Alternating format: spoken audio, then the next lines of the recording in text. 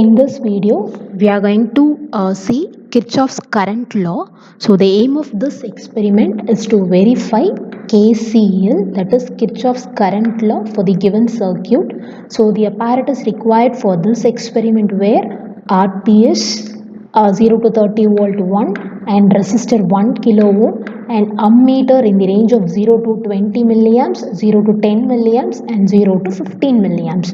So one each, and next thing is we are in need of a breadboard and some connecting wires. So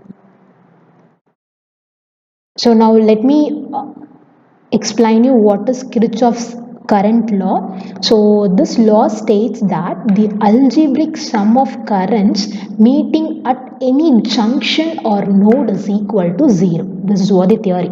The algebraic sum of currents meeting at a node or a junction is equal to 0. Okay, so in another way you can say this, that is the current entering through a node is equal to the current leaving from the node. So you can say this in two different means.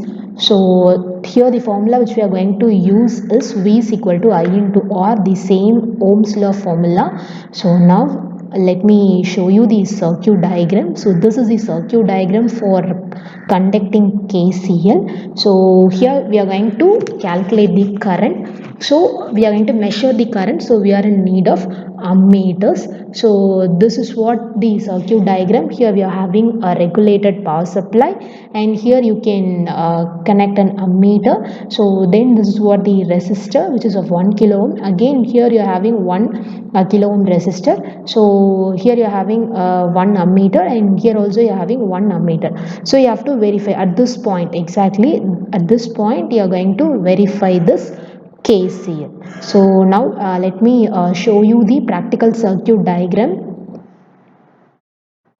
So again the same thing, you can connect resistors. This is just an example. So in this way you have to connect resistors in the breadboard. So here the same thing is being used. Either you can connect a voltmeter across this, or you can use multimeter for measuring the values. So you can measure the values of current or the resistance value, whatever it is. You can use the option in the multimeter to verify to measure these things. So here they are using multimeters for measurement purpose. So you can connect the ammeter directly, or you can use multimeters for measuring the current values. So this is just the laboratory setup. So in this way you have to connect the circuit. So you can use any circuits for verifying this.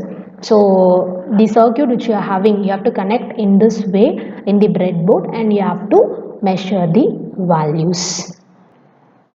Now let me explain you the procedure for conducting this experiment. So here what you have to do is you have to switch on the supply. The same thing you are going to do, set different values of voltage in RPS. So for each value of voltage that is being set in RPS, you have to measure the corresponding values of branch currents I1, I2 and I. So we have seen 3 ammeters which is being connected. So from that you have to measure the branch currents, and you have to note it down in the tabular column. So this is what the tabular column. So for different, if I'm using giving the input voltage is 5 volt, then for this 5 volt input voltage, what is the value of I1 and I2 I'm getting, and you have to substitute in this place I1 and I2. Finally you have to add this I1 and I2 values. So this is what the thing which we are going to do practically. So for theoretical explanation, what you have to do is, as we know what is KCL, so theoretically you have to perform this. So what you have to do is, here you'll be seeing this R1 resistance is in parallel with R2. So if two resistance are connected in parallel, then we know the formula, which is R1 into R2 divided by R1 plus R2. So this is what the formula. So here the resistance which are connected in parallel have to be the values of that resistance has to be substituted. So then simplify this, you will be getting the value as 500 ohms. Next, in order to find the I value, that is your current value, you have to use again the Ohm's law, that is I, which is equal to V divided by R total. So this R total has been calculated already. So you have to substitute this. If I'm giving the input voltage as 1 volt, it depends. If I want to give 5 volt, I can give. So here for easier calculation, I'm taking this input as 1 volt. So which means the current through the circuit is going to be 1 divided by 500, which is 2 milliamps.